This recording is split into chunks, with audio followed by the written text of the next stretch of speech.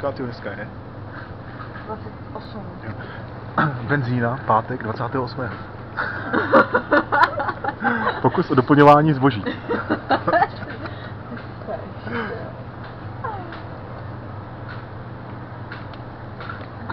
Potravinový inspektor. Tady vidíte? Je čerstvě dodaná a přitom je 2 dny prošlá.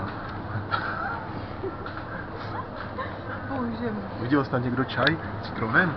Nikdo. Co je tohle? Kytka ve flašce? Kdo to kdy viděl? Aloe vera. To je jako do koupání, jo. To je nějaký zelený, to už je dávno prošlo. Vidíte barvu? To mělo být křišťálově bílý.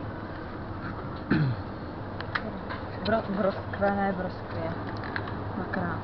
Hele, nechci můj soupeř. Ne, to jenom děláme dokumentaci.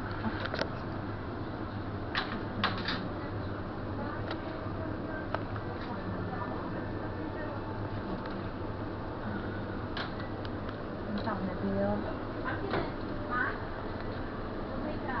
No, podíváme se pak na baget.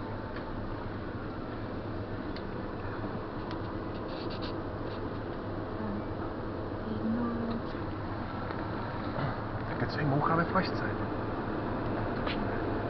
Na flašce. Ne, A kde je kouká? Hele, ale my jsme nějaký... No jo. Ježiši, ty máme dokumentace. Tak ty budete muset sálovat a hodně sálovat. Mám to natočený. A baterka je v hajzlu, akorát čas. A vidíš to.